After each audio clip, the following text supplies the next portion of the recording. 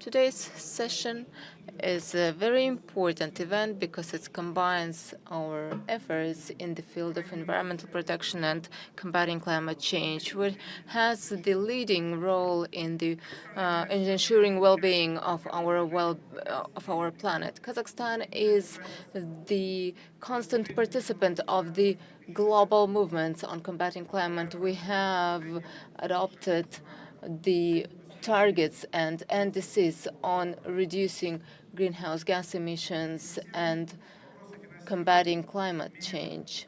At the same time, financing issues have a very significant role, and in order to achieve ambitious targets, according to different estimates, we will require 700 billion USD during the next 40 years, and we require developed green financing systems in order to develop green business. And with the support of the government, we have included the basis for green financing in our new version of the Environmental Code. And the main purposes of green financing include the targets of it, the classification for green projects based on different criteria in the sector and technologies, allowing the government to support it. And the important part of the governmental actions is attracting investments like green bonds and green credits.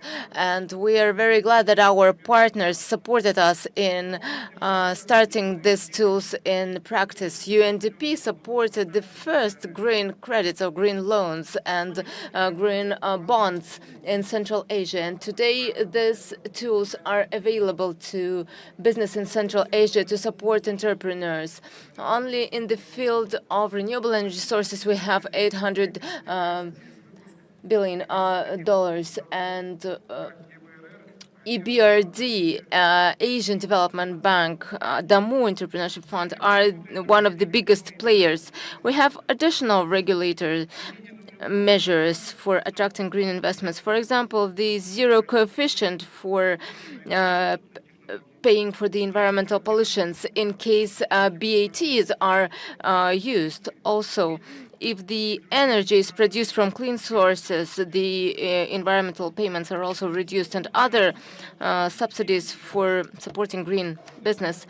At the same time, we understand that the efforts are still not sufficient for the global level transformation, and in order to successfully achieve our aims, we require support and participation of international society. We would like to have equal access to the tools, the expertise on international carbon agreement in the frames of Paris Agreement. Such fair approach has a very important role for our country because green financing not just supports environmental development and sustainable approaches, but also creates additional economic opportunities. Investments into green projects help creating new jobs, creating new competitive advantages, and new innovations. We encourage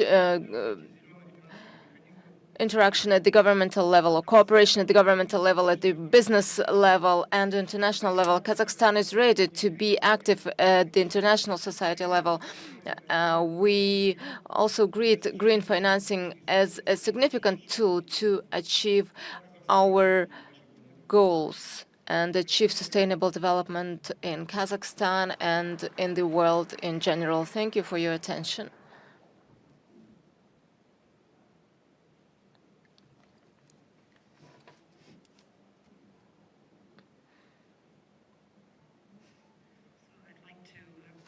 Request all the speakers to come onto the podium, please.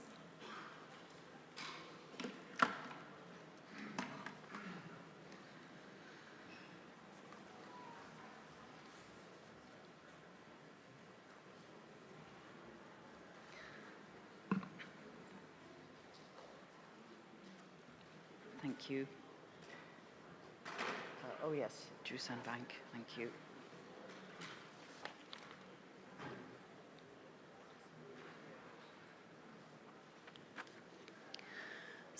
So we're still waiting on one more speaker who will join, but we'll get started already. And it's my great pleasure to welcome this very distinguished panel here today. We have today on my left Mr. Sukrob Kojimatov. He's the Deputy Resident Representative of the UNDP country office here in Kazakhstan. A very warm welcome to you, Sukrob. It's my great pleasure to welcome Mr. Daniyar Kelbetov. And Mr. Kelbetov is the chairman of the AIFC, the Astana International Finance Center's Green Center, right? The green part of that AIFC. So it's a great pleasure for you to have you here. And then we have next speaker along is Ms. Mesnar. And Ms. Mesnar comes from the OECD, working on green finance. Thank you very much for joining us. And last but not least, we have Mr. Nurdaulet Aidosov, who's the chairman of Jusan Bank, one of the largest banks here in Kazakhstan. Thank you very much, Mr. Aidosov. So with that, I'd like to now go to welcome, well, we were meant to have a Professor Hassler, who's the Professor of Economics at the Institute of International Economic Studies at the Stockholm University. Unfortunately, he couldn't be with us today, but he has kindly recorded a sort of keynote speech. And so we're going to hear from him now, and then we'll proceed to the panelists. Thank you very much. Thank you very much for allowing me to share some thoughts on climate change and macroeconomics, which have been my research topic for the last 15 years or so. I have some slides, so let me show them to you. So climate change and an analysis of it must start with the natural science of climate change. And we know that CO2 and other greenhouse gases work like a blanket around Earth, reducing the outflow of heat waves. And this is good in principle. Without this blanket, life on Earth would be impossible. But CO2 makes the blanket thicker, and it can be too thick, and it can become too warm below it. This is a highly complicated system of very many nonlinear feedback mechanisms that operate. But surprisingly, the total effect is nevertheless a fairly linear relation between cumulative CO2 emissions over time globally and climate change. So as long as we continue to emit, the temperature will increase because we continue to accumulate CO2 in the atmosphere, and the large share of it stays there for hundreds or even thousands of years. So this result that there is a relation between cumulative emissions and temperature implies that we eventually must stop emitting. We cannot continue to change the climate progressively forever. It also follows that when we stop, the temperature will stabilize at the level that we have then reached, which of course then also implies that the longer we wait in becoming climate neutral, the warmer the climate will be and the more climate change we will see for a very long time. So this graph shows this linearity. We have now emitted around 2,400 billion tons of CO2, 2,400 gigatons. And this is shown on the horizontal axis.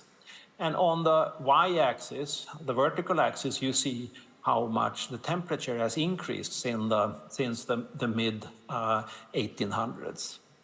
And to the left of these 2,400 is data, and to the right is output from the most advanced simulation models of the whole system that produces this relation between emissions and climate change. They're called Earth system models. This is very practical, but unfortunately there is a large degree of uncertainty around the slope really in this graph, i.e. how sensitive the global climate is to emissions. There is also a even larger uncertainty around the consequences of climate change for human welfare. It's really hard to say how much we will be affected. We will be affected, but how much? And the changes that occur will have, of course, very multifaceted effects on our economies and on human welfare. So let me just take one. We know that if we continue to emit, the temperature will continue to increase, and towards the end of the century, if not before, extreme heat waves in densely populated areas will be so hot and humid that it will be physiologically impossible to be outdoors more than a few hours, and of course, even more impossible to work outdoors. The consequences of that will, of course, depend on how economically and technologically advanced these areas of the world will be at that time, and this is very difficult to say with any precision. So sometimes, if there is a decision to be made and we have little information, wait and see is a good strategy. But I argue that in this case, it's not. We are simply not learning at a sufficiently high rate on these things that we are uncertain about. And it will become progressively worse the longer we wait. So instead, we need to search for a robust policy.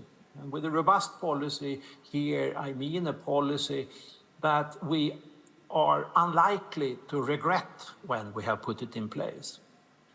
And I argue with quite some confidence that there is a robust policy in this situation. And that is an orderly transition to climate neutrality over the coming decades, say 25 to 35 years. That is an assurance that we will not really know how much it will pay out, but we know that it costs little and can turn out to be very valuable. Our research very clearly shows that such a transition is fully consistent with growth and prosperity in all parts of the world. The policy must be based on the pricing of emissions. And one way of understanding that is to realize that the atmosphere's capacity to absorb CO2 without damaging changes in the climate is a limited natural resource. And that natural resource cannot continue to be free to use up for grabs for anyone without any cost. Another advantage with pricing is, of course, that it generates revenue, which produce fiscal space, which is, of course, in general valuable, but in particular it allows also the financing of complementary policies. We need new technologies, we need industrial policy, we need investments in green infrastructure, and we also need to adapt. And the fiscal space that pricing of emissions can produce is then helpful in that situation. I'm happy to say that the parties in EU that decides have come to an agreement on a policy, Fit for 55 policy, that really does what's required in terms of limiting emissions in the EU. And fundamental in the Fit for 55 package is the EU ETS and the new EU ETS, which is a cap and trade system that puts strict caps on emissions for the entire future. And emissions in EU will now be around 70 tons CO2 per capita for the entire future. And if everyone in the world does the same, we would have implemented the robust policy that takes us to climate neutrality. But it's clear that we must do this together. If some regions of the world, at least if they are sufficiently large, are left out, that they don't participate in this policy, it's practically impossible for the rest of the world to compensate for that. So we can do it together, And I argue that this is really a win-win situation, which of course is much better than lose-lose. So with that, I say thank you, and I wish you a productive and good conference.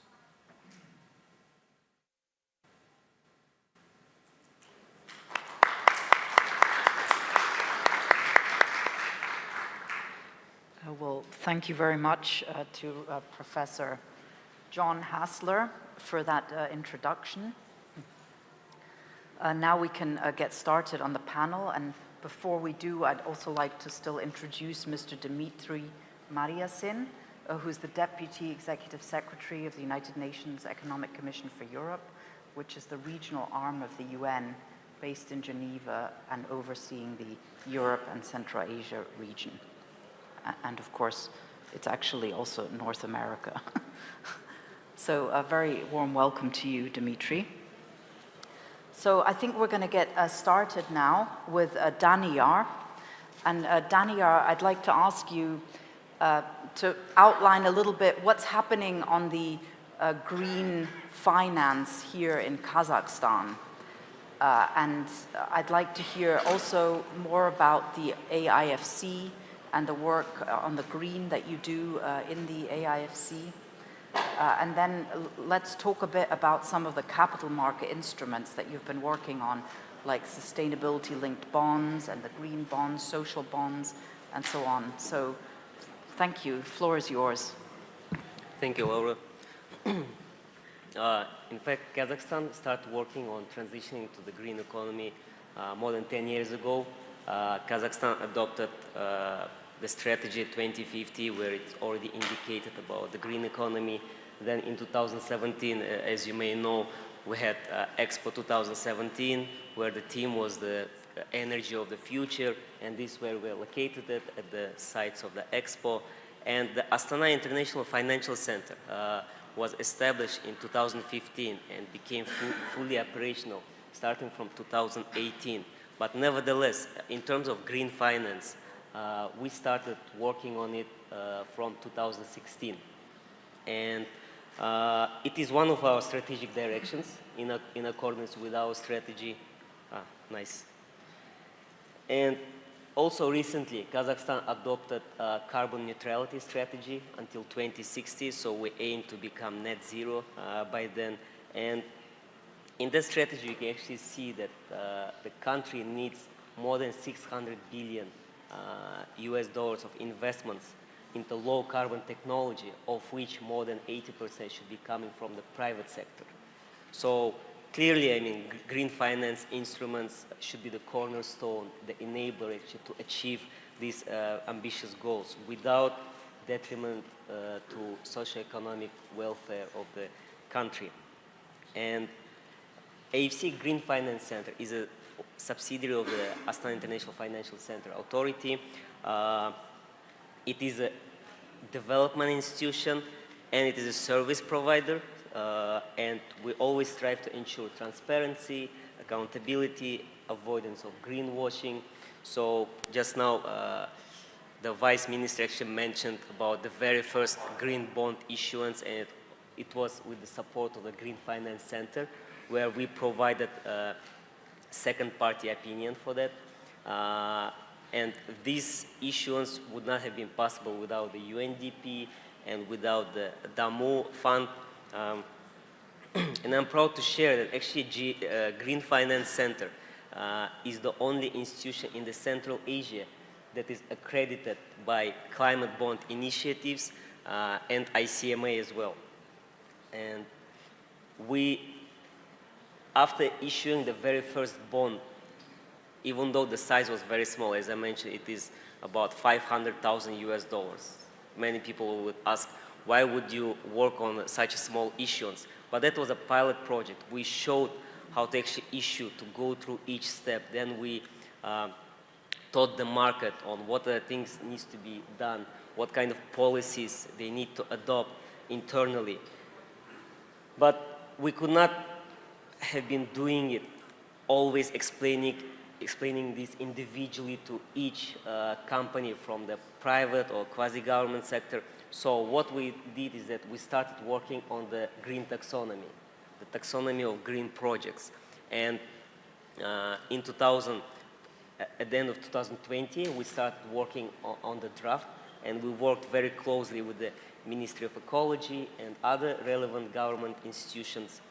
And by end of 2021, we have successfully adopted this green taxonomy, where market learned what it means to have green projects. So from there it started to kick off. And if the very first issue was close to, as I mentioned, 500,000 US dollars, today the market of green bonds and green loans is close to 400 millions, of which Green Finance Center actually provided more than 60% in terms of the second party opinion.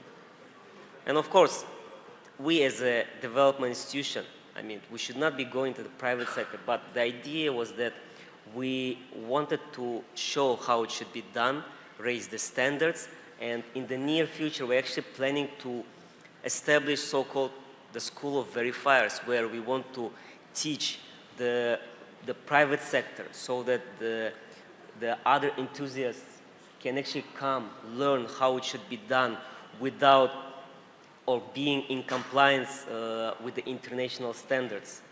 So green taxonomy, now we did not stop there. We're also currently working on adapting or amending the green taxonomy. We want to further align it with the EU taxonomy, and we are working on including such category like low pollution energy, which would actually enable us to include gas-based projects until 2035, and this in line with the EU taxonomy.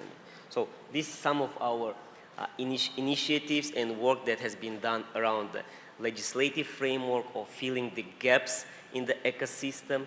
And we always try to evolve. So we started with the green bonds, we went to the green loans. We also, I mean, if you look at the ESG in general, we also help to verify social bonds. Now, one of the latest products that we are working on currently is the sustainability-linked bonds. And this is very critical for the transition, as we call transition bonds or KPI-linked bonds. So you might be aware that in March this year, for example, Chile, they actually issued largest sovereign sustainability-linked bonds. I think the amount was close to 2 billion, and what they did, they actually promised that their energy mix would have the minimum percentage in terms of renewables. So this kind of instrument, we have been trying to implement it in Kazakhstan. Currently, we have one of our largest energy producers that has aspirational goals, and they actually want to move from coal-based to gas-based power production. And they are currently working on issuance of these sustainability-linked bonds. And I think this would be a great achievement for the country, because this is something new. It is also gonna pave the way for other emitters or power generation, power production companies on what kind of instruments you can have. Other than that, once we started these so-called initiatives in terms of green finance, we see that private sector, banks, microfinance organizations actually start to pick up this. And for example, a couple of days ago, we had Astana Finance Days, and one of the commercial banks, they actually went and said they are launching green car loans. Last year, we had the launch of green mortgages. So there are movements around this, and some of the banks, even though they are not obliged to report or have this non-financial reporting, some of them actually went with their own initiative and start showing reports on showing ESG reporting. Even though currently we are working with the regulator in order to implement this mandatory ESG reporting. We also have we are thinking of green IPO. I mean, recently, World Federation of Exchanges, they adopted green equity principles. That means any institutional investor or individual investor, if they want to invest into green instruments, you have a variety of instruments, including green IPO as well. And another initiative that we undertook is that we worked with the municipalities, and one of our pilot projects is that we made amendments to the legislation in order to allow the city of Almaty to actually issue municipal bonds, green bonds, that will allow them to improve the climate, the air quality in the city. So probably, I hope I answered the question, but I'm ready to take additional ones. Thank you. That's very interesting. So it sounds like Kazakhstan with a sort of bonds of about 500 million. It's still in the starting phase, but it's already on a good track. So I'd like to turn now to Sukrob and hear from you. You know, how can we scale this size, of green finance? What are some of the challenges, and also how does the UNDP support the scaling up of the green finance market in Kazakhstan? Because of course Kazakhstan is quite strategically placed to really become a big player on the green finance in the whole region. It has like a big market capitalization, it has like these finance sector quite developed and so on. So what are your views on this? Thank you. Thank you very much, Laura. Dear participants, dear colleagues, first of all, I would like to send my greetings on behalf of Ivana Živković, our Assistant Secretary General and Director of Regional Bureau of UNDP for Europe and the CIS, who should be and was planning to participate in this very important and key element discussion today. Unfortunately, due to the meeting right now at Akorda with the President of Kazakhstan, she was asking me to send these greetings, and of course, they address those issues that was highlighted by you, Laura, in this discussion. So that is why I would like to focus more on the region of the Central Asia versus Kazakhstan, making sort of kind of blending presentation in this regard. And I would like to also greeting the member of the panel, because I see we have, very kind of the wealth layer of the experts, specialists, the practitioners who are trying to scale up and boost green financing in Kazakhstan globally. And of course, the expertise is quite valuable. I also appreciate the hard work done by the organizer of the Astana International Forum to bring those expert community and make sure that we have, those live conversation and making sure that it would be materialized somehow. So in this regard, coming point to the transition from a brown to the green economy, I just wanted to highlight about the figure of the full implementation of the Paris Agreement. The range of the financing is something between 3 trillion to 19 trillion by the 2050, and it should be done collectively. It's quite obvious that, none of the government or the intergovernmental organization can run this journey. So in this regard, the strong partnership with the private sector, engagement of the banking sector as a main kind of locomotive of all of this movement is quite important. In this regard, I just wanted to highlight that transition is not easy, it's uncertain, and of course, it requires a lot of clarification. But one thing is quite obvious is that it opens enormous opportunity and unfold enormous potential for the innovation, for the creation of the job in the green financing, and of course, for the building the platform of this financial and sustainable growth, including the element of the development. To mobilize this scale of finances, the capital markets need to be tapped. Yet many barriers stand in this area. And first of all, it's about how to qualify or provide, the clear definition in the point about the green investment. Additional, it's about the limited track record of the performance data from the banking institution, from the financial institution, along with the lack of awareness and knowledge, expertise knowledge about the benefits of green finance, create, of course, uncertainty for investors. So in this regard, I see also the bottleneck, and one of the bottleneck here is about how to create the infrastructures that would be data-driven or knowledge-driven in this regard. So I see that green projects require long-term and affordable financing, and this is one of the paradigms that I think will be quite essential. Then insufficient disclosure about the ESG is another issue. Information further hinders informed green investment, and of course policy and regulatory barriers such as fossil fuel subsidy and inadequate energy tariffs also impact the flow of the green finance. And of course we see this in the countries which economy is mainly driven or based on the fossil fuels. Central Asia, of course, is progressing, and one of the panelists is clearly mentioned about the Kazakhstan, one of the leading country in the area of Central Asia in terms of promoting and pursuing the idea about the green financing.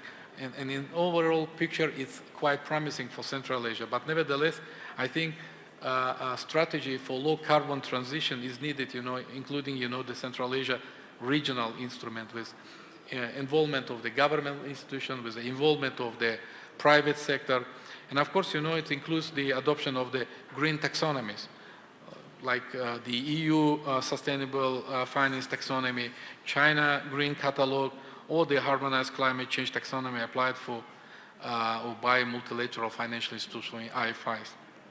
It also includes the risking measures such as blended finance or guarantees to address perceived risk and provide longer functioning terms. Disclosure of ESG risk is increasingly vital, with growing trends towards mandatory voluntary reporting framework of the UN, for example, UN Global Reporting Initiative.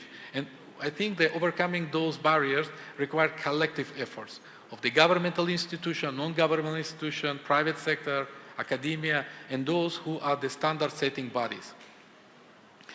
In terms of UNDP in Central Asia, I just wanted to highlight that UNDP plays a crucial role in supporting government of the Central Asian countries in addressing those challenges.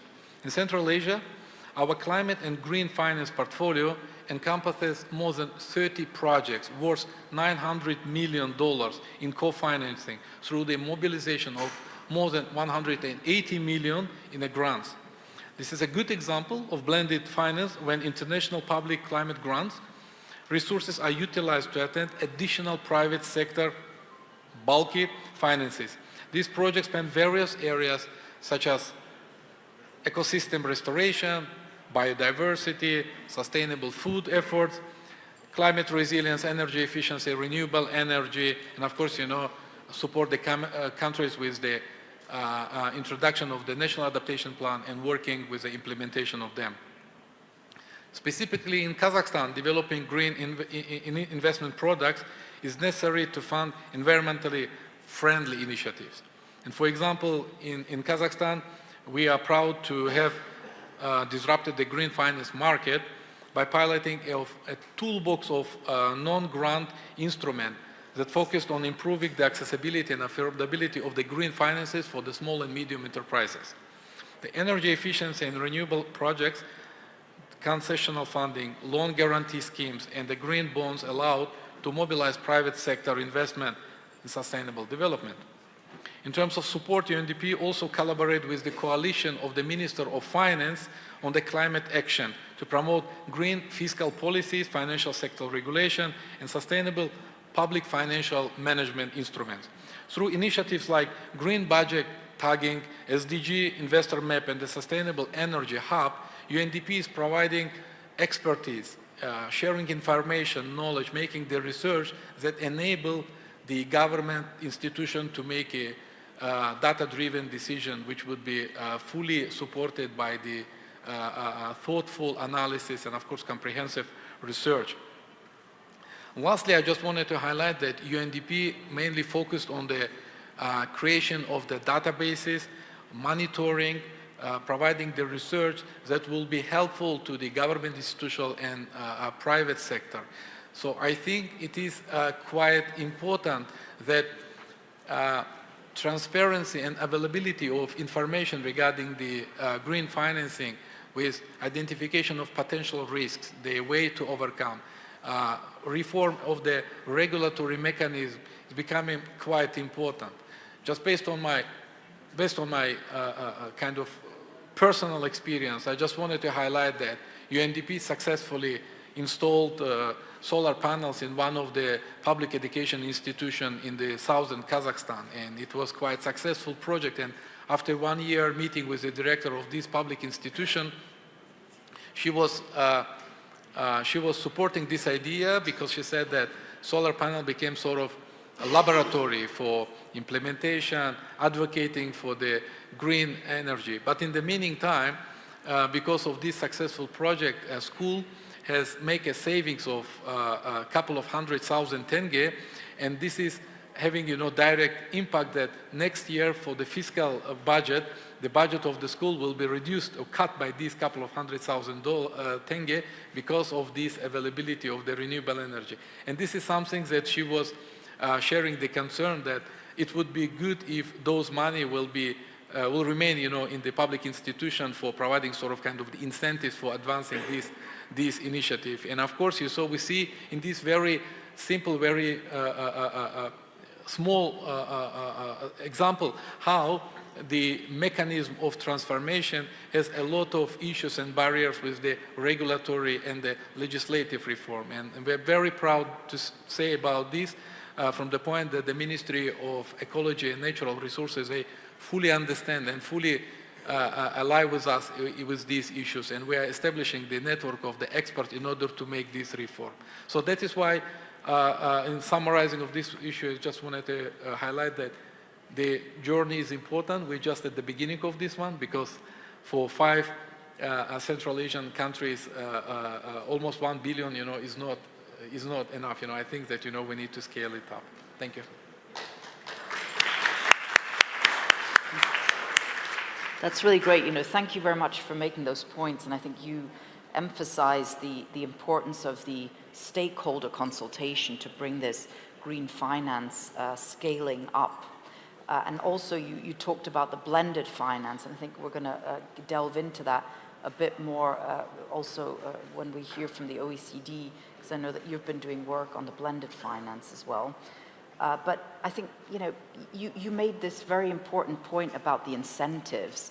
And, unless we get the incentives right, and you had this very good example of this project where somebody is sort of saving on energy through energy efficiency investments, but then losing out, on the budget. So they don't really have such great incentive to scale up these investments. So this is the importance of policies. So I'd like to call on our OECD colleagues. Of course, OECD is the international think tank for focusing on the policies, really, and to hear from you, Mathilde, on what are some of the enabling policies that you see that are needed to scale up the green finance, and what can you tell us about the blended finance as well? The floor is yours. Okay, so I will try to explain to you how we work at the OECD and which are the typical things that we do to help countries align their investment towards the Paris Agreement. So we do, as we do generally, we collect data and we monitor first. Second, we are a platform for policy discussions on all topics. Third, we develop standards, and I will go back to blended finance in this regard. And fourth, we work with individual countries and regions to help, policy making and implementation of these policies. So in terms of the first point, like how we collect data and monitor progress or lack of progress sometimes, about green finance in general, sustainable finance, We are, for example, monitoring this promise that has been done by developed countries to collect $100 billion of climate finance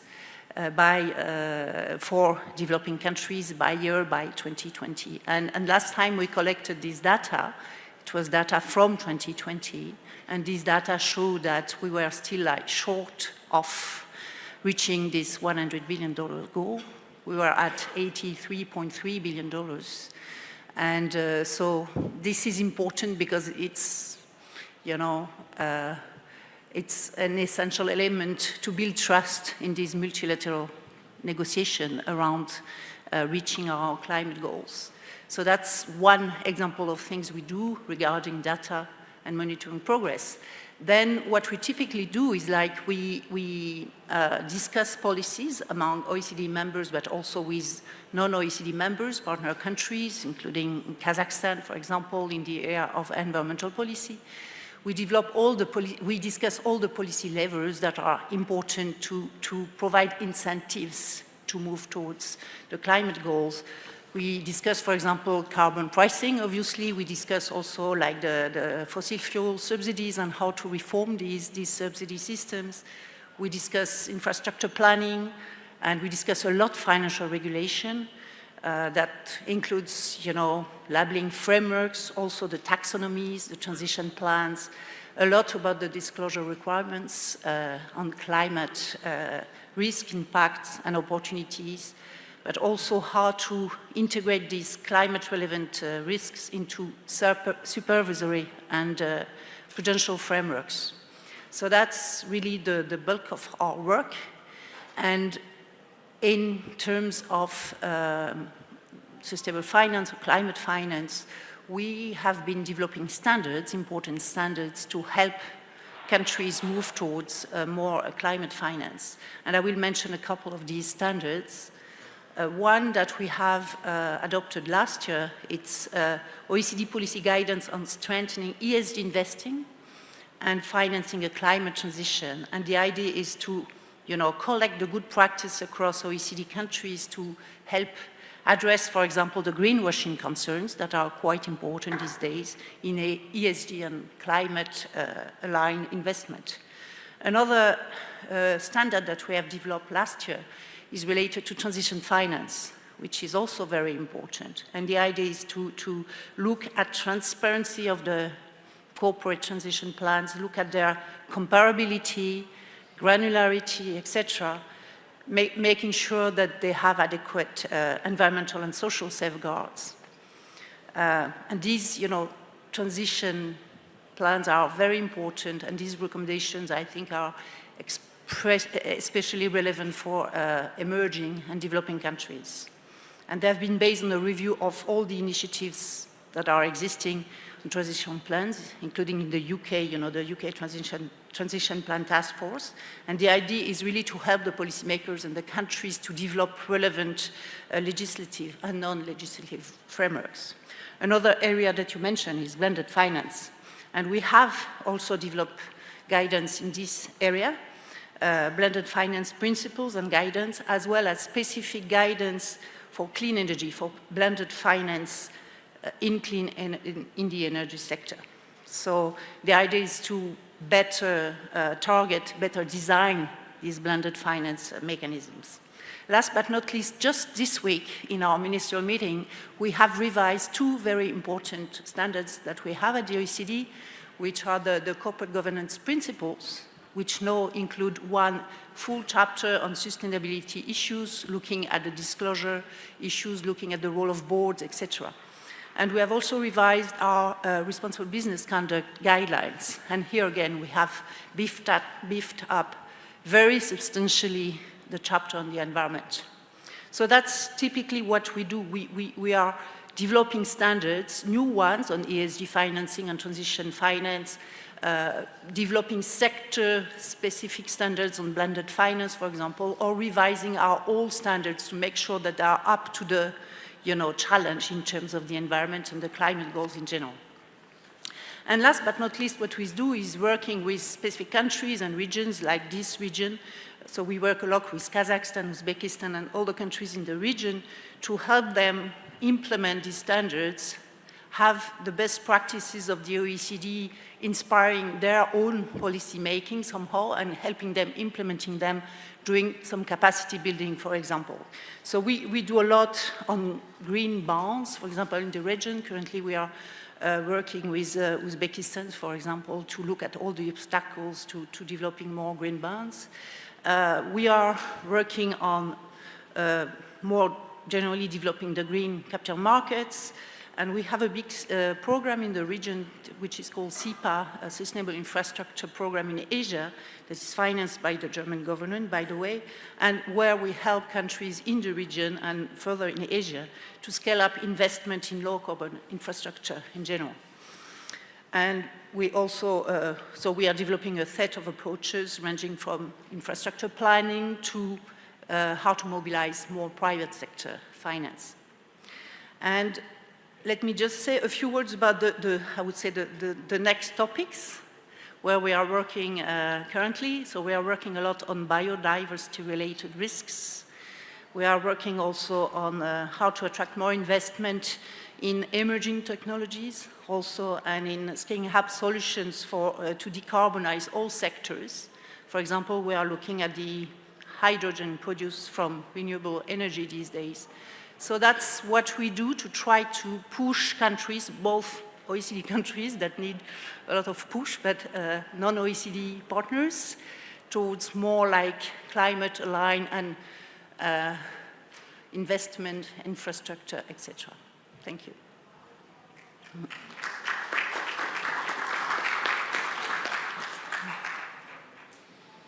Well, thank you for that. So that's really very good, and I think we may come back to you to ask you a bit more about, you know, your views on how to, which might be the main instruments in the financial regulations.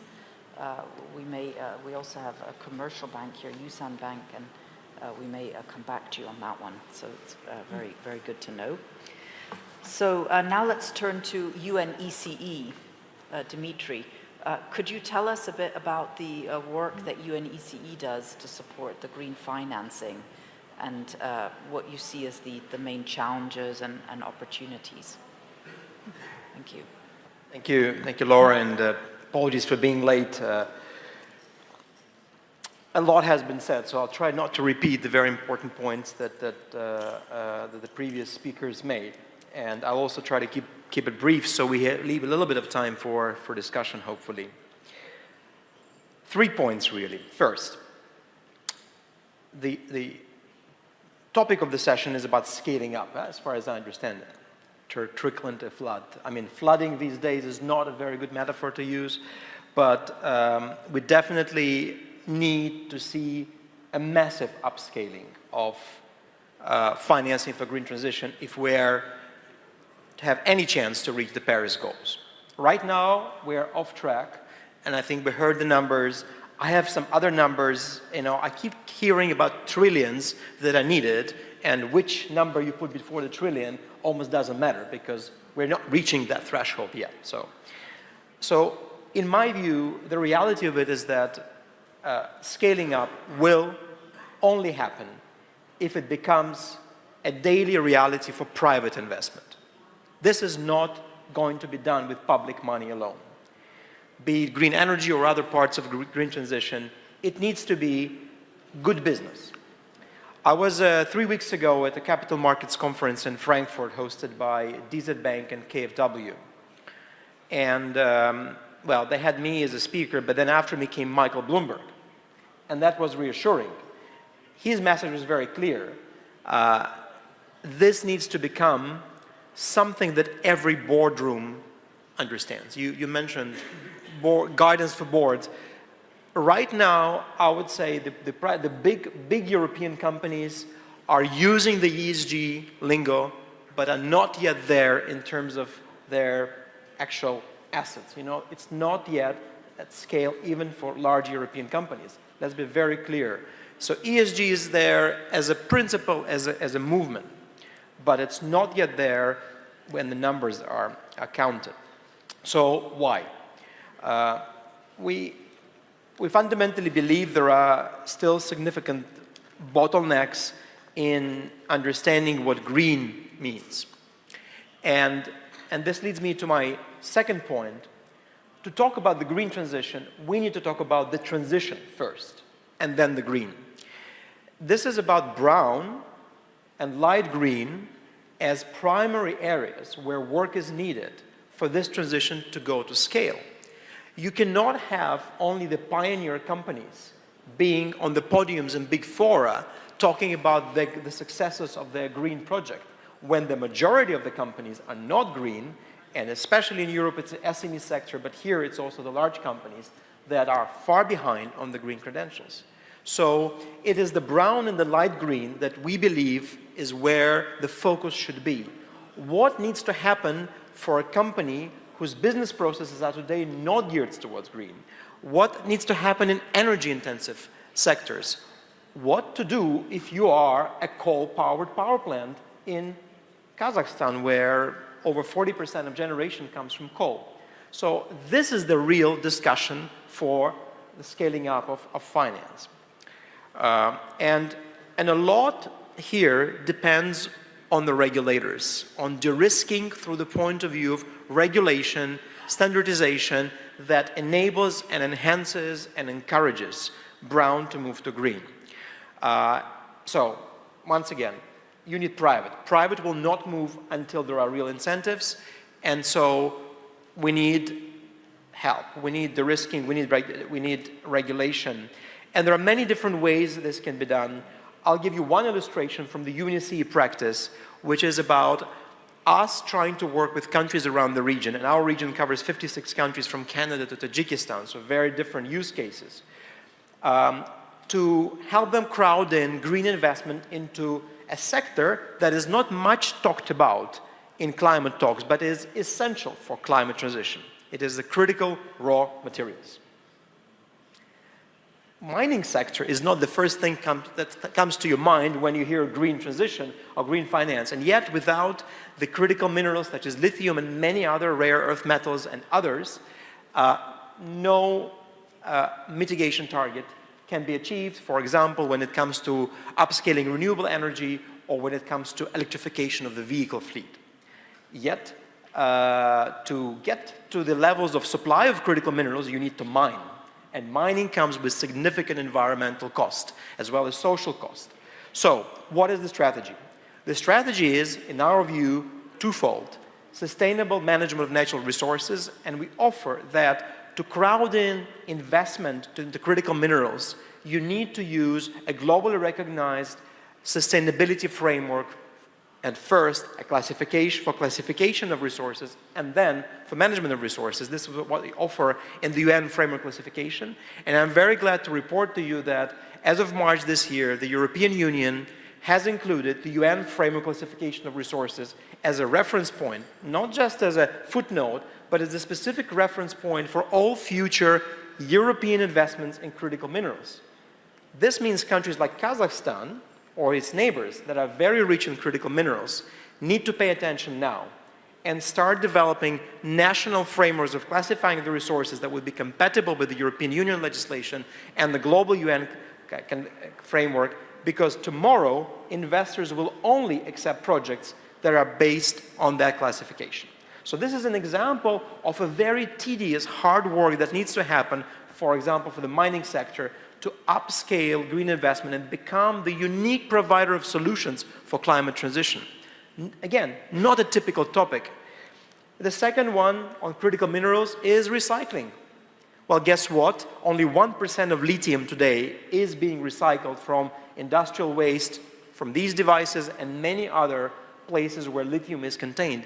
It is technologically very complex to get critical minerals out of devices and out of industrial waste.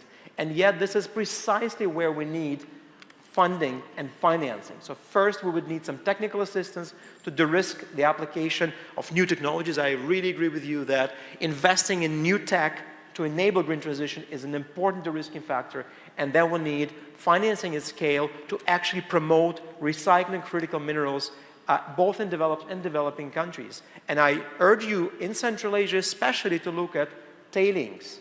this region is full of abandoned tailing sites, be it with nuclear waste or other industrial waste. This is a rich source of critical minerals. So from a problem that is polluting rivers and making communities destitute, it could turn into a very important economic opportunity, as well as an alternative to mining and an important supply of minerals for green transition. So what we need are transparent global standards that countries know how to use. We need the link between the brownish and the light green industries and the world of green finance. And we need, finally, we need bankability. Most of the projects that come to the attention of investors and the IFIs, unfortunately, are not bankable today. I'll give you one example. Last year, the UN Secretary General has launched a call to collect ideas for bankable projects that could be presented at COP27 in Sharm el-Sheikh. We put together a compendium together with other regional commissions that contained over 40 or 50 projects. But you should know that we received over 800 projects, and most of them were deemed completely not fitting the description of an investable project. Now, this year, we're partnering with DZ Bank, the German government, and the climate champions, who have hired the Boston Consulting Group to actually move the projects from this region that we have included in this compendium to an investor matching round. We're doing this in Frankfurt in early July, but guess what? Out of 20 projects for ECE region, only four have finally qualified after, well, BCG knows how to define an investment project, qualified for an actual investor matching in Frankfurt in early July. That gives you a little bit of a story. And the projects we got included critical minerals, green hydrogen, green ammonia, and projects like that are very, very topical. So bankability, investing in capacities both in the government and in the private sector, and investing technical assistance resources in ensuring there is a pipeline of bankable projects is a third thing that I wanted to bring to your attention. And again, we're working on this. I'll end it with an important point about stock exchanges. You mentioned, sir, that you're working on the green equity principles that the Federation of Exchanges has developed. This is extremely important. We believe stock exchanges will be a very important vehicle for new asset classes to appear. And again, for scaling investment through millions of investors out there who are looking for products. So we're working with the London Stock Exchange, Frankfurt, Luxembourg, and a few other too, because we do believe the sustainability-linked bonds and even more specifically SDG-linked instruments are the future. You need to move away from narrow definitions and you need to understand that brown to green will not happen in the narrowly defined way, and there need to be multiple pathways to that. I'll end there. Sorry, Laura. I promised to be short. I wasn't, but I thought I'd share those thoughts with you. Thank you. Very nice.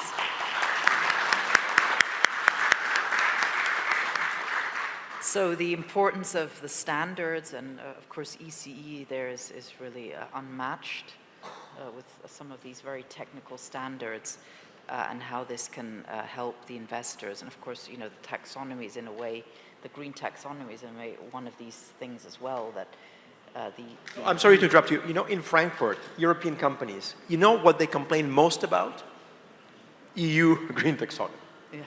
Sorry to be, you know, this is Chatham House, but European Union, the Commission itself acknowledges it moved maybe too fast, too ambitiously towards it, and right now it may be a limitation, so they are relaxing their, reinterpreting it and so on. You mentioned gas, for example, but it's a very important point.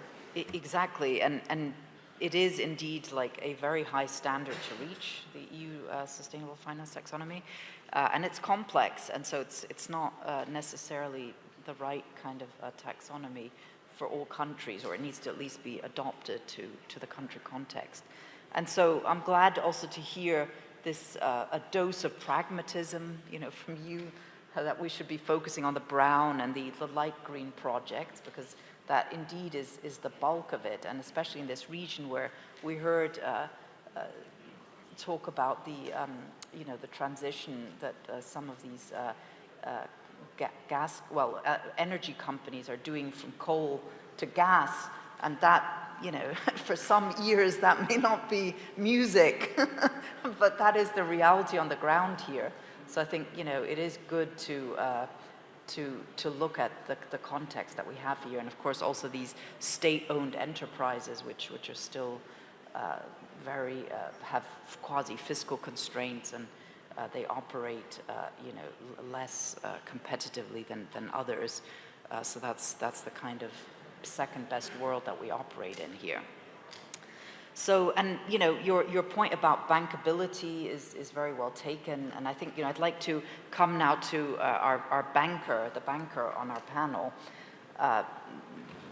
and that's Yusan Bank and Noor Dowlet.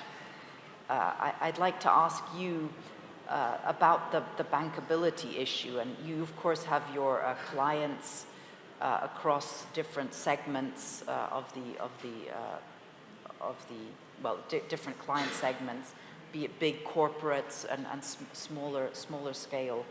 And you, first of all, I would like to hear about, what challenges have you faced when it came to the green, sort of scaling up the green business within your bank, and that's sort of the green loans and other instruments that you have, and what might be some suggestions that you would have for the financial regulators, where you say, these are the kinds of incentives we need because we can't do it otherwise. This is the constraint on the ground. The people aren't taking these green loans and so on. And so what do you think is needed to kind of add a bit of sweetening into that mix to bring up the take-up of these green products? Thank you very much. Thank you. Finally, құрметті қандар мен мырзалар. Good day, ladies and gentlemen. So I'm an outlier over here, as we are the only one who actually works with the small and medium enterprise, and actually we talk to the clients. So comparing to Dmitry, I would have only 2 issues rather than 3 that I would discuss, and I really have a very good example that Matilda you will like. So regarding the being green, ESG compliant, and so on within the small and medium enterprise or large corporates, the one key thing is important is the motivation. So just for instance, there are lots of, everybody is over here has certain motivation. Somebody came because it's really interesting. Somebody came to support those who are on the panel discussion. Somebody is working, and there's different motivation that was delivered to the people who came here. So first of all, there's motivation like regulatory. Matilda, you mentioned 3 times pushing. I was really afraid. That's something that regulators mostly do. So they push and they say that, guys, you have to be ESG compliant, you have to be green. And this is something that you have to do. You are forced to do. So that's one type of motivation. Another type of motivation that really is adorable by our small and medium enterprise is the carrot in front of the donkey. Is the subsidies, is the some kind of benefits that you receive once you become green. That really motivates. But first 2 motivations, they're not long-term. Once the style of pushing is ended, or we have no more donuts, then these companies will switch back to being brown. Could be. It's not like mandatory for them to do this, but there's a chance. But the last, but not the least, and maybe most important motivation is the real idea to have it in the heart, to have the response in the heart to really care about the environment.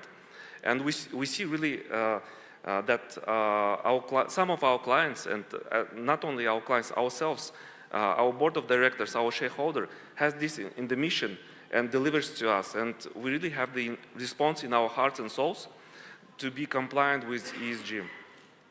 That's why, just a good example from the book, I believe most of you read the book during your childhood, is Antoine de Saint-Exupéry, The Little Prince.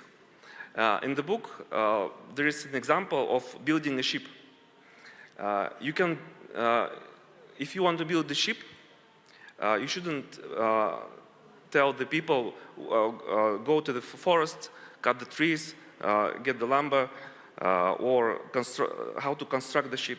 You just have to say how it's nice to explore the ocean, how it is bad to not to see the other countries while exploring the future. So that motivation the people will construct the ship very fast and better, rather than giving the orders, you have to do this and so on and so on.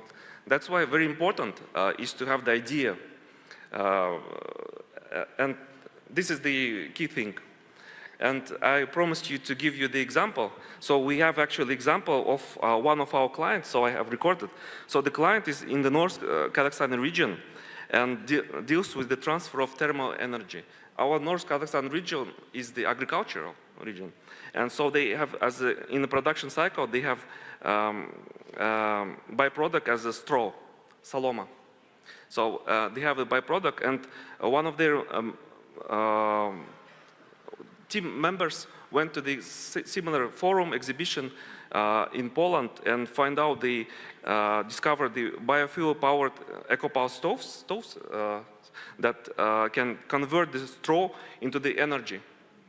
So they have it as a byproduct, and they were using coal to deliver the energy. So they switched, and nowadays they're using only straw as the energy source. And that was financed by UNDP. So our bank, together with UNDP, we facilitated purchase of this equipment. And you would not believe, not only our client, other entrepreneurs in the region start switching to this because it's beneficial for them. It's nice, and still they're very green. So this is a very good example when you just show the example and others follow.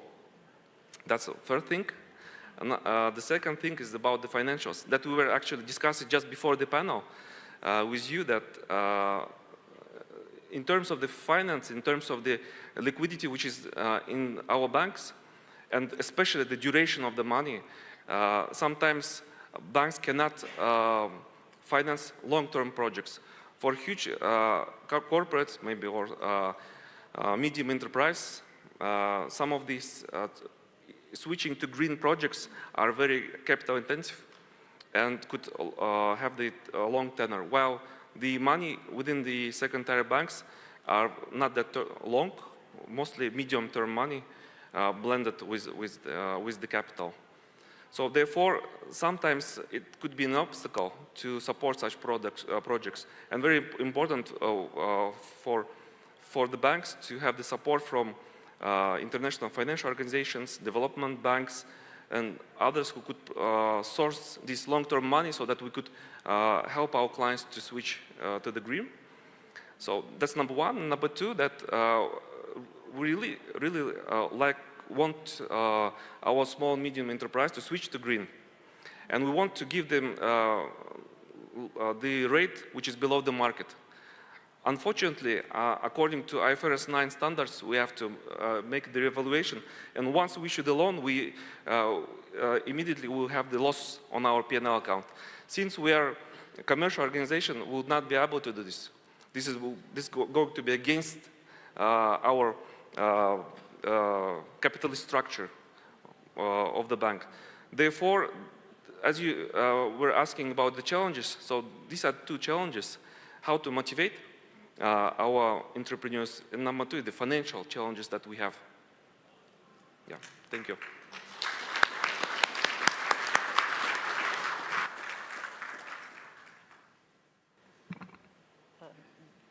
Did you? Well, that's very insightful. So, you know, we need those incentives in Kazakhstan, green incentives to sweeten the deal, and then you basically have this issue of the short tenors in the loans, and so you need access in a way to capital that has these longer tenors, and of course also this to be able to subsidize the interest rate at which you lend, especially to some of these riskier deals, and so I think that is very much for blended finance issues that can be picked up by blended finance.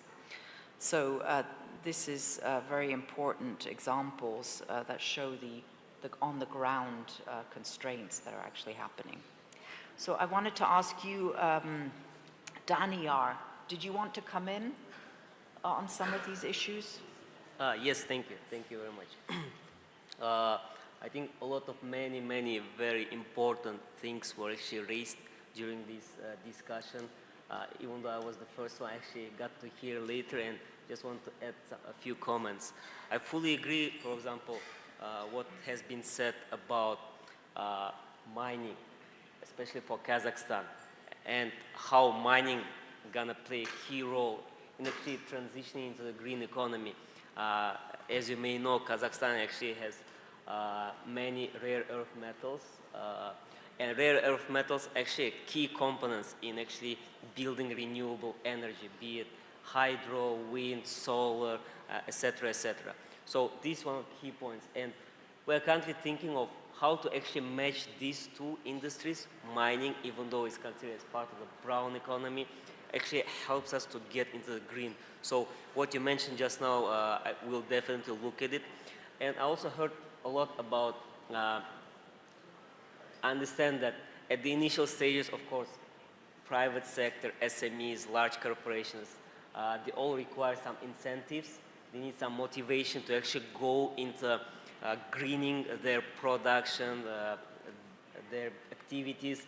But as Professor mentioned at the very beginning of his presentation, what I liked is that he clearly highlighted that any climate policy must have a proper market pricing of carbon units, of carbon.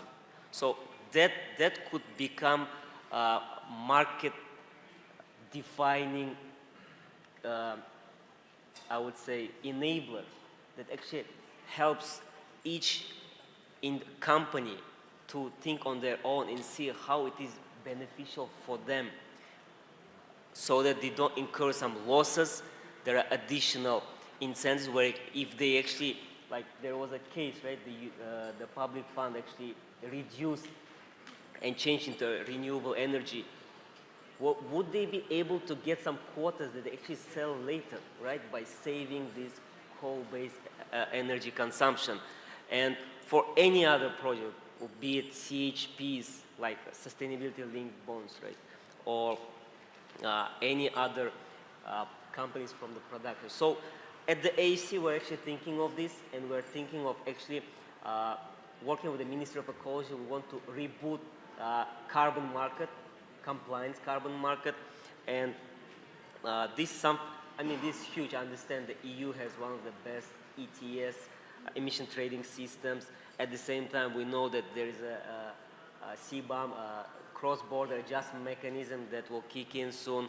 And the interesting thing that I heard is that it's not just the CBAM that we need to worry about.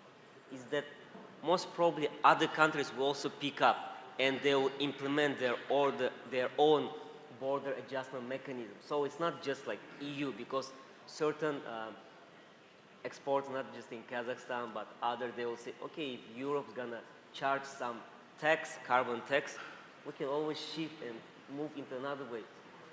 This is like short-term thinking.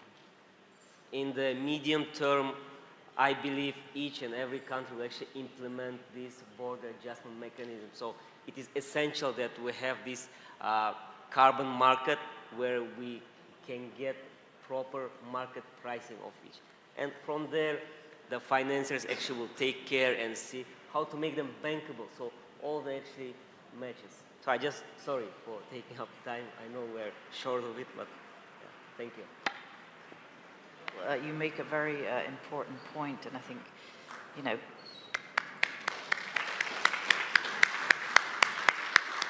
carbon prices is one of the key mechanisms for the green economy, because it's the one that helps be most cost efficient as well in terms of achieving the greenhouse gas emissions. And it's quite ambitious what Kazakhstan has committed to. So I think moving forward, it should be strengthened. And in fact, I was looking at the numbers, and the average price of carbon has been something like around 500 tenge, Yeah, which is about €1 over the immediate past. And, you know, the EU had also a carbon price, because after the market collapsed, it was a few euros only, and now it's over 100. So they definitely know what it takes to fix their market and really bring up the prices to what's considered by the International Commission that looked at this issue on the carbon pricing. They said it should be something like between sort of 40 and 80 dollars, I believe it was, sort of a carbon price where it will make a difference in terms of behavior and investments and so on. So in that sense, perhaps I could ask you follow up, you know, what can we do to, you know, what might be this carbon price that will make the difference in Kazakhstan? And especially in this light of what Dimitri was saying, that, you know, we should focus on this brown and light green sort of area, so not be too ambitious in a way, but focus on those things. So, you know, do you think that do you have any sort of notion of what might be the carbon price in Kazakhstan, and would this be possible, politically viable as well? Would there be buy-in from other stakeholders and so on? What's your idea on that one? Thank you for the question. So I think there are various documents where some actually expect the price to be over $10. Maybe some of them will say close to 20 over, I don't know, 10 years maybe. In some documents I saw maybe it should reach about $40 in the next 15 years. So there are different expectations, estimations, and probably this is driven by what we need to achieve. So we need to attract over $600 billion into investments to become carbon neutral. So working backwards, maybe some of them start to discover these kind of estimates. But nevertheless, what I see today is that it's not just the carbon, it's not just the platform itself. We need to ensure that everything around this carbon market is working properly. So there are monitoring agents, right, who actually have to validate greenhouse gas emissions. You need to have corporates to set up carbon trading desks, right, so that there are proper and fit people that can actually timely monitor their emissions and act and work at the commodity platform. You need to have different technologies, or we say maybe entrepreneurs, I don't know, whoever it is, that come to these large corporations with some green technologies and help them build an investment case saying, let's reduce your carbon emissions. I know it will cost this much, but in the next few years, you're actually gonna earn certain quotas and you can sell it on the carbon platform. So we have to create these mechanisms, and everything must be in place. It's not just the, maybe, I don't know, IT platform where there is a matchmaking. There's a lot of things around this. So I think we're going towards we're going this way, and you just mentioned that the EU actually went through different phases at a certain stage, especially during the crisis. The prices dropped to a very low level. And the next move, what they did is that they created this market stability reserve, which is a carbon fund, actually acts as a market maker maybe at times, or actually gets these reserve carbon units. So we also have this in our carbon neutrality strategy. So we know there should be this kind of agent in the ecosystem. We just need to think that what is its role in the overall net zero, I would say, the milestones or the war action plan.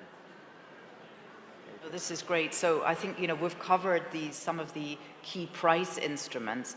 Now I'd like to turn to the OECD again, to Mathilde, and ask you, you know, what about regulatory instruments? Because you spoke about the financial regulatory instruments, and of course you are working in Kazakhstan as well. So what's your feeling? There are so many instruments around that are being talked about in your guidance and your publications, and which specific instruments do you see in the Kazakh case that might work in terms of like financial regulatory instruments? that could boost the green finance market? Well, I think, I'm not sure I will answer so specifically about the Kazakh case, but as I mentioned previously, I think you have typically the blended finance instruments that need to be developed in the region, and you have the green bonds, of course. But let me go back to what you said. It's like, I think what's critically important maybe in Kazakhstan is this transition finance, because as you said, you know, the idea is not so much to have new super green projects. It's fine, I mean, it's nice, but it won't make the difference. What will make the difference is really to transition the brown economy towards more green. And for that, you need transition finance. That's really the key, I think. And the other key also, it's what you said about the SMEs. And it's true in Kazakhstan, it's true in the region, it's true everywhere, that we are focusing too much on the big industries for good reasons, because they are big, so in terms of scale, that makes a difference.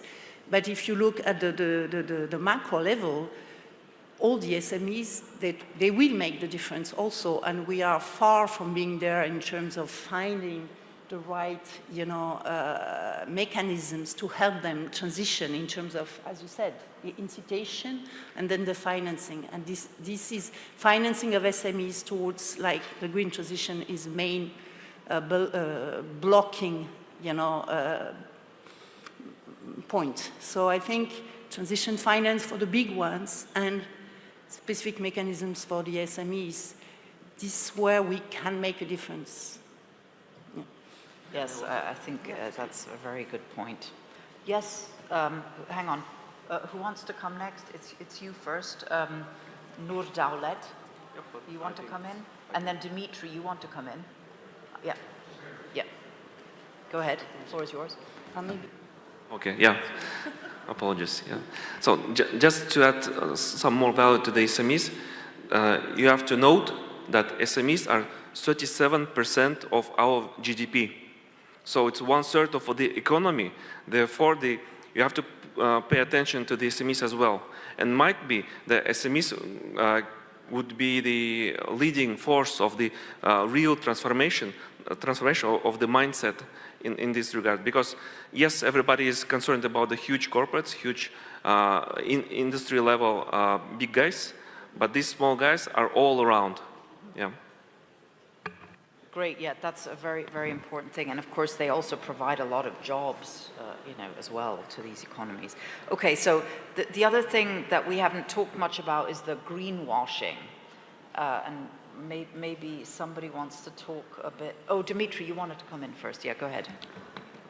SMEs, very, very, very important subject. So a recent study shows that even in Germany, over half of SMEs do not yet fully embrace decarbonization as part of the business process. Not because they do not want to. I think there is a societal consensus on the importance of decarbonization, but because they may not know how to. It is about know-how, and it is about a mix of decarbonization measures that works for each particular circumstance. It's the same for countries, by the way. We, as UNICE, we advocate for carbon neutrality toolkit, where countries have tools they can adapt to their circumstances to achieve ultimately carbon neutrality. Similarly for SMEs, these decarbonization toolkits, they need to be enabled with to actually know how to move towards that trajectory, and not just have a reporting deadline or just a standard that they need to ascribe to. Well, exactly. They may not know how to, but they may also lack the financing. And what about the products on the side of the banks? Do you feel that you have those products for the SMEs, or do you need to develop them still? We do have a products, of course, that's typical lending, and lending to with the subsidies from these organizations like UNDP and DAMU and some other products. But apart from that, we have beyond banking products, as Dmitry mentioned about the information. So we help them. We show them the data. For instance, we have product based on big data that we show to our clients. Let's say there's a merchant that's selling coffee, coffee shop. So we show them based on our own data the intensity of the rivals, how the average receipt, how much the spending power of those places, and so on and so on. So that we provide the data. Data is green. It's, of course, it's stored on the certain device, but still the green. So we help them to make an appropriate and maybe accurate decision making. Apart from that, we help them with some other products like cloud-based ERP system, special portal with all documents that they don't have to search over the internet. We provide them the digest of the legislation so that we help them to focus more on their business rather than some other areas that are not very much needed for them to spend their time to. So therefore, maybe we treat their success as a part of our success. That's why we try to help them apart from banking. And those, whatever I mentioned, that's free of charge. That's our input to their success. Yeah. Yeah, and they may need more support, like in terms of perhaps looking at like measuring the green impacts of these loans and so on, and feeding that back to you. But I think, let's now, we have very little time left, so I think it's been a very good discussion, and we've covered most points. But I'd like to ask for one question. I see the gentleman at the back there. So go ahead. Could you just introduce yourself, please?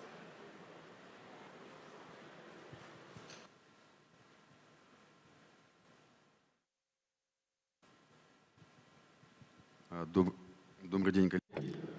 Good day, dear colleagues. I hope it's okay that I will ask a question in Russian. My question is to Nur Daulet. My name is Vitaly. I'm from the energy service company from Kostanay.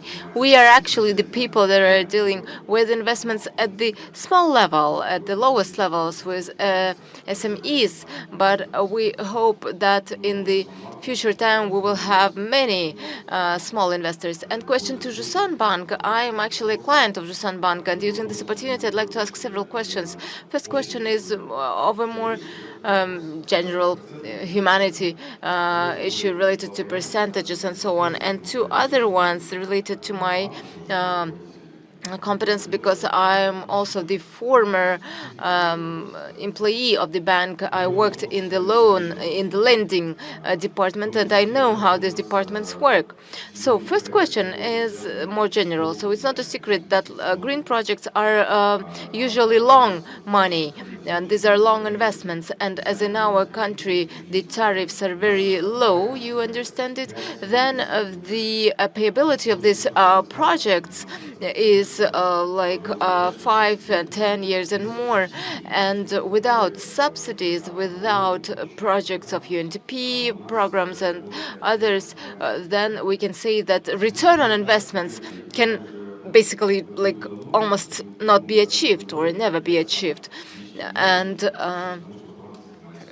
I personally don't think that banks, second-tier banks, have to deal with financing green projects.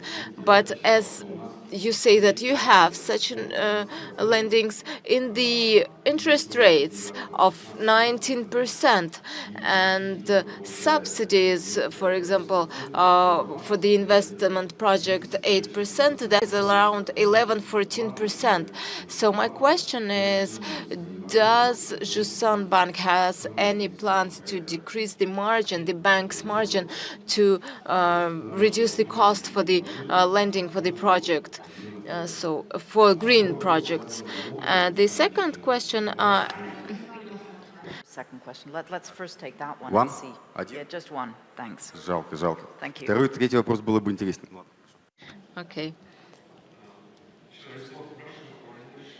Вы на русском понимаете? Но если есть возможность, лучше на русском языке. Ну хорошо. Okay, so I will respond in Russian.